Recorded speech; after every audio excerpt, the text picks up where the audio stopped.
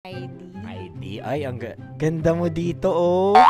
Sabi-sabi ng mga Pilipino, dapat daw may pampaswerte sa wallet. May ganito ka. Oh, no. This is Konyo Bicolano again para sa panibagong content natin dito. Ito ang content na wallet raids. Yun ang di mawiwili. Dahil sa raid na to, ay di ka magsisisi. Kumusta? I'm good. Ayan. Tapos may istorbo ka pa. Siya yung utak kung bakit binibuild up kami ngayon ni Jasmine. So sabi ko, ano ba yan? Pwede ka bang makontent sa Love Radio Manila? Sure, I love your voice. Ay, thank you so much! Raid na natin yan. So ang wallet mo ay brown. Ah, oh. Ganda, very sporty ka. Coach. Meron kang cash. Ay, oh.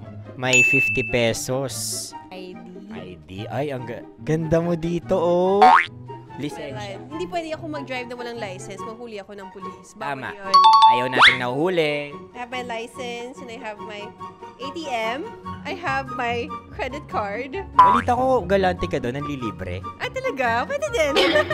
Mga kagalang-galang mo. Gagi. Ganon. Hindi kasi ano to, dancer. But we are a high-value woman. Yes. Tapos, ilan sa mga sabi-sabi ng mga Pilipino, dapat daw may pampaswerte sa wallet. Naniniwala ka ba doon? Wala akong ganun. Walang Hindi ako naniniwala sa swerte. Malas daw pag naniniwala sa swerte. Oo, That's it. That's it. Meron pa. Alo! May ganito ka. Oh, no. Ang galing. Ginagamit mo? Hindi. Sabi nila, di ba, pampaswerte daw yan. Pampaswerte. Ah, pero dalawa, so double swerte ka niyan. Sa bagay, no? The more the merrier, naniniwala ka ba? Correct. Two heads are better than one. Maraming salamat sa'yo, Karen.